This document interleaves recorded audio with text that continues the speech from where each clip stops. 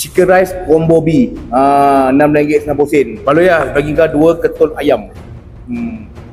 Tak panas ayam dia sejuk lah. Lain tempat panas tau. Yang ni nasi dia bukan burger. Yang ni dia bagi sos kan. Oh, ni pekat sos dia. Belum cuba, belum tahu. Okey. Ayam dia lama. Dah simpan beberapa hari ni. Ni ayam lama ni. Macam ni punya ayam, kalau hitam-hitam ni ayam lama ni. Ayam jenis lama, dia simpan lama-lama ni. Di Apple fried chicken dekat Taman Melawati tau, Kuala Lumpur. Ni ayam dia. Better dia kena buat relax lah. Wah, biar ada staff ni.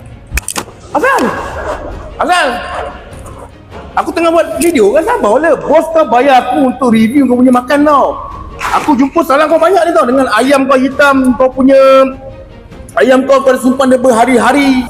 Sekarang ni aku dah lagi tahu komplain tau. Apa tengok untuk review, tak ada orang pernah condemn untuk review. Itu sebablah bos kau panggil aku. Masalahnya aku dapat semua teruk. Semua jahanam. Kau bila orang cakap kau tak nak terima. Bos kau bayar aku tau. Kau bagi ayam pun hitam. Nasi kau dah tak sedap. Itulah satunya staff di Apple fried chicken ni, tak ada hadap. Orang tengah buat video, kau letak air. Bos kau bayar aku untuk aku review tau menu kau ni. Tapi aku cakap terus terang kan, kau punya menu memang tak sedap lah. Kau punya ayam pun kau bagi aku hitam. Dengar ni dah, ayam dah berapa hari simpan ni? Berapa hari ni? Ayam dah lama ni.